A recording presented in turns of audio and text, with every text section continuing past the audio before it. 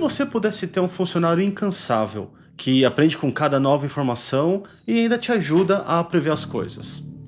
E mais, e se, em vez de você ter que dar ordem explícita para cada tarefa, você pudesse apenas mostrar alguns exemplos de entrada e saída, uma combinação ali, e ele aprendesse sozinho a encontrar os padrões que estão nessas combinações? Pois é, isso não é ficção científica, é o coração do que a gente tem na inteligência artificial, né?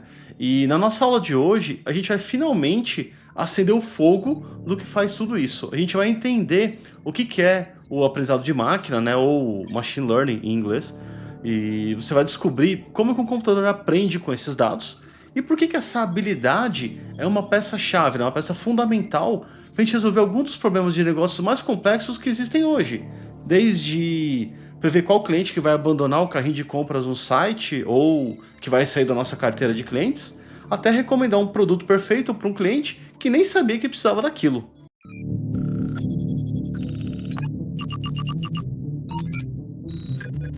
Three, two, one, go. Fala pessoal, sejam bem-vindos de volta ao Blueprint da IA. Chegamos aqui a um ponto decisivo na nossa jornada. Eu agradeço imensamente por estarem aqui, né? E claro, eu quero deixar um muito obrigado ao pessoal da Bedata por continuar apoiando aqui esse projeto. E se você quer garantir que não vai perder nenhum novo episódio e não vai perder nenhum passo aqui desse nosso mapa, né, do nosso Blueprint, agora é a hora. Já deixa o like aqui no vídeo, se inscreve no canal e o mais importante, ativa o sininho para ser notificado sempre que uma nova aula aqui for ao ar, tá bom? No nosso último episódio, a gente fez a tal da faxina inteligente, né, que é o nosso processo ali, talvez, que gasta mais tempo no processo. E a gente deixou os nossos dados prontos. Agora, a gente vai usar esses dados para ensinar a máquina. E para entender o que é esse tal de machine learning, esquece um pouquinho aqui que a gente está falando de tecnologia. Imagina que você contratou um estagiário novo, muito inteligente, mas que não sabe nada aqui do business, sabe nada do nosso negócio, tá bom? Aí tem duas formas que a gente tem para ensinar as tarefas, o dia a dia para ele. A primeira forma é como a gente faz com programação tradicional. Você cria ali um manual de regras gigantesco, tipo, se o cliente for de Santa Catarina e tiver comprado, sei lá, sabonete e não tiver comprado leite nos últimos 3 meses, então envia um e-mail aqui de oferta. Putz, é um fluxo de regra muito explícita, né? Qual que é o problema disso? Qualquer variação que eu tenho aqui dentro, eu tenho que reescrever esse manual, né? Isso é lento, no escala e super trabalhoso. Bom, qual que é a segunda forma? É igual a gente faz com o aprendizado de máquina.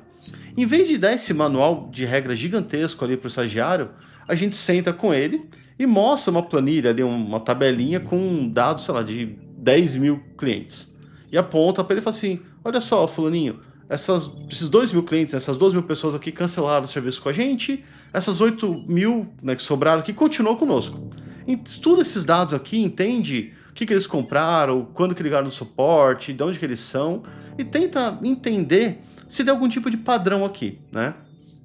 E aí esse estagiário vai sentar, vai analisar tudo, vai passar um tempo ali nisso daí, vai chegar e falar assim, pô, Nogara, olha só, eu percebi, né, que cliente que liga mais de 3 vezes no suporte e não compra nada há mais de 2 meses, tem aqui 90% de chance de cancelar a assinatura com a gente.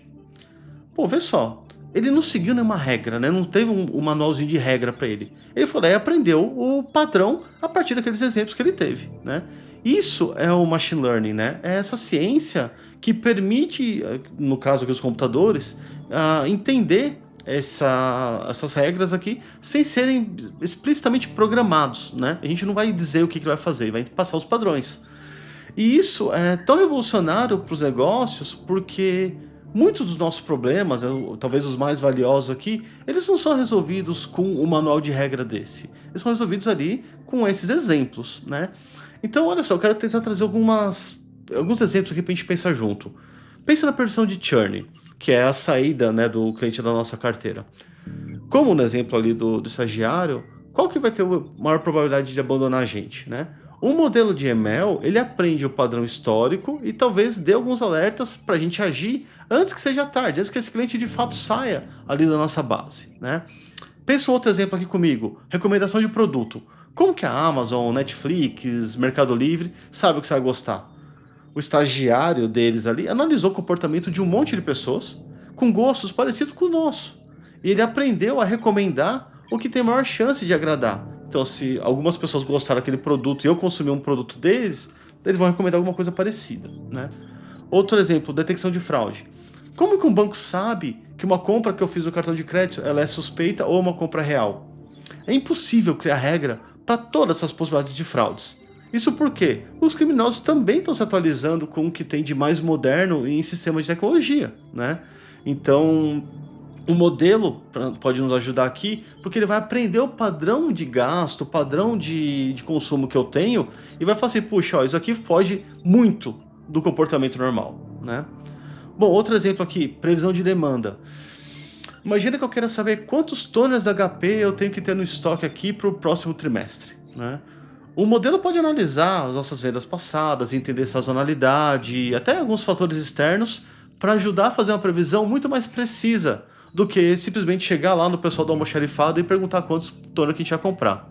E aí, almoxarifado fica aí a dica que é um termo mais das antigas aí, que talvez até entrega a idade, né?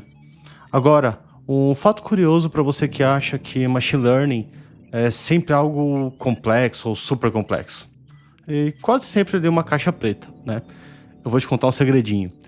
Sabe aquela aula de matemática do colégio onde você aprendeu a traçar uma linha reta num gráfico, que é um gráfico XY ali, né? Para ver a tendência de 2 pontos? Então, aquilo dentro da nossa disciplina aqui se chama regressão linear. E veja só, regressão linear é tecnicamente um dos modelos mais antigos e talvez ali um dos mais simples de aprendizado de máquina. Agora, imagina que você é o gerente de marketing ali da empresa, né? Você tem uma planilha simples que tem 2 colunas só. O gasto com anúncio no mês e vendas, né? O resultado que teve desses anúncios aí, as vendas do seu trabalho. Você pode usar um modelo de regressão linear para encontrar essa melhor linha que descreve a relação entre essas 2 colunas. Sabe o que isso resulta?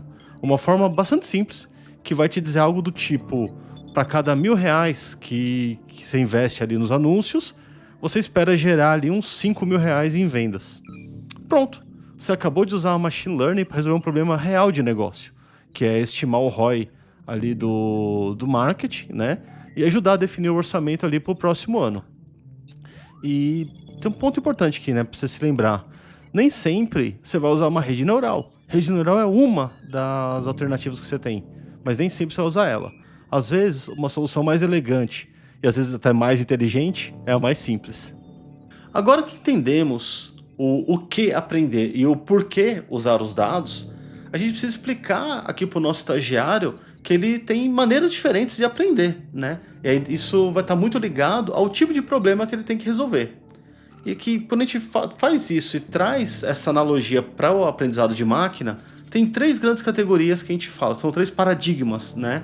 Eu vou só apresentá-las hoje, porque a gente vai ter episódios específicos no programa, né, para a gente falar sobre eles. O primeiro paradigma aqui é o aprendizado supervisionado. É exatamente o exemplo que a gente deu lá do estagiário. A gente dá a ele, né, um conjunto de dados que tem as respostas explícitas, né? Então, vem o ID do cliente, ele cancelou, não cancelou e por aí vai.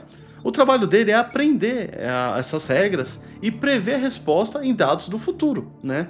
É o tipo mais comum de resolução de problema, como aplicado em detecção de venda, detecção de spam, previsão de vendas e por aí mais.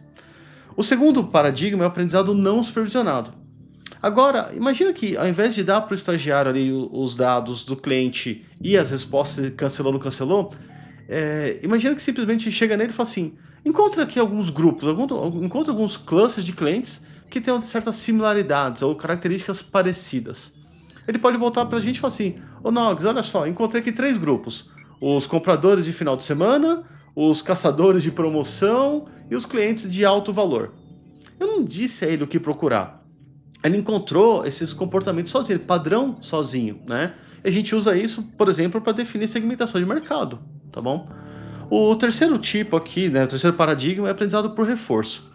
Agora, pense que você esquece o estagiário e pense que está treinando um cachorrinho, tá? você não mostra ele o manual, ele não vai ler. Mas você dá um comando, senta, deita, rola. Se ele acerta, será um petisco. É o tal do reforço positivo. Se ele erra, ele não ganha nada. Ele, por natureza, vai tentar otimizar isso para buscar maximizar os acertos, que ele vai ganhar mais biscoitinhos, tá? É assim que são treinadas as IAs que jogam xadrez, jogam Go, dirigem carro, otimizam a logística de uma frota e por aí vai. Bom, resumindo a nossa aula de hoje, que foi densa, mas é um dos assuntos que eu mais gosto nessa disciplina de inteligência artificial, né? Bom, vamos lá. A gente falou que aprendizado de máquina é dar aos computadores a capacidade de aprender com dado, sem necessariamente uma programação explícita, tá? A gente viu como que essa abordagem, com a analogia do estagiário ali, ela nos ajuda a resolver problemas de negócios mais complexos, que seriam ali bem improváveis de serem resolvidos ali com regras manuais, tá? Além de a gente ter apresentado aqui esses 3 grandes tipos de aprendizado, tá bom? No nosso próximo episódio, a gente vai mergulhar ainda mais profundo nesse tema do aprendizado de máquina, tá? E vamos falar um pouquinho deles, talvez o mais importante aqui, que é o aprendizado supervisionado, tá? A gente vai entrar em detalhes como que ele funciona. A gente vai falar ali provavelmente sobre classificação, regressão e na prática como que a gente ensina a máquina a estimar o resultado de algo do futuro, sabendo somente os dados que a gente tem ali do passado. E aqui, seguindo o nosso blueprint, né, o coração da IA começou a bater, né? Você percebeu isso?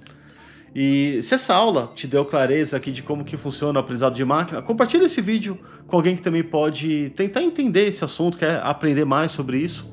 Eu vou deixar a pergunta de hoje aqui, que é o seguinte: qual o problema de negócio ou da sua área você acredita que esse trabalho com o ML, trabalho com o aprendizado de máquina, pode ajudar a resolver? Deixa aqui nos comentários que a gente vai conversar e vai debater sobre ele, tá bom? Um grande abraço, até a próxima aula.